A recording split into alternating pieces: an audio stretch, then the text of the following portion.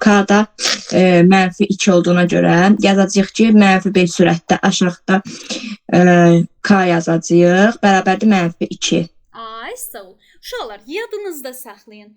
Y kəsən nöqtənin qiyməti həmişə B olur. Yəni burada bizim B-miz 4-dür. Amma x-i kəsən nöqtə var. Ha, baxın burada. X-i kəsən nöqtə düsturla tapılır. Yəni -B bölünsün K ilə tapılır. Yəni bizim indi burada x-imiz -2 deyilmi? Gətirib burada yerinə -2 yazsaz, B-mizin də qiyməti 4-dür də. Misal olur -4 böl K bərabərdir -2-yə. Çarpaz vurub hesablasan, K-nı da 2 tapırsan. Başa düşürsünüzmü K-nın tapılmasını? Ədalət, kameranı aç, gizlənməyin. Açın kameranızı. Mənim onda bu xətti funksiya qrafik üsuludur da, elə? Bəli. Qrafik üsulu koordinatların tapılması ilə bağlıdır. Bildim. Tamam, yazın dəftərin -1 olarsa, bu düz xətlər perpendikulyar olacaq. Bunu silirəm. Gəlin bununla bağlı suallar var. Gəlin baxaq, gedək.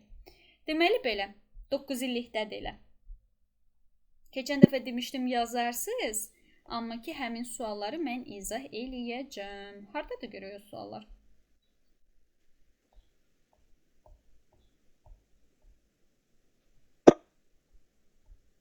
Uşaqlar, 9 illikdən hara qədər yazmışdınız funksiya dərsində?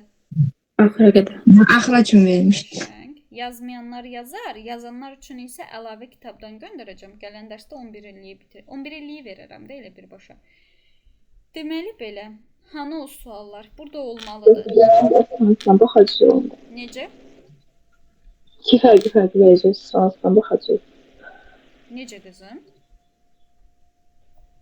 Bizə 9 ildən kiməsə 11 ildən versək, hansına baxacaq gələndə? Səncə hansına baxasıyıq? 11-ə yəqin. Hər ikisinə baxacaq qızım, hər ikisinə baxacaq. Birinə baxıb, birinə baxılması da olar. Deməli belə, uşaqlar, o suallar hardadır paralelliklə bağlı olan? Siz görmüsünüz də yəqin ki. Mən indi belə tapmıram. Hə, tapdım. Deməli buradadır. Yox, bu o sual deyil. Absisotla paraleldir, bu deyil. Bircə dəqiqə görək suallar hardadır.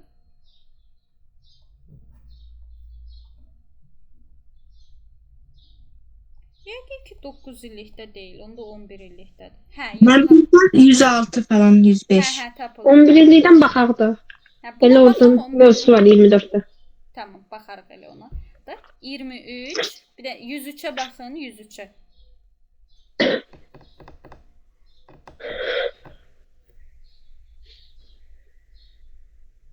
Tapdım.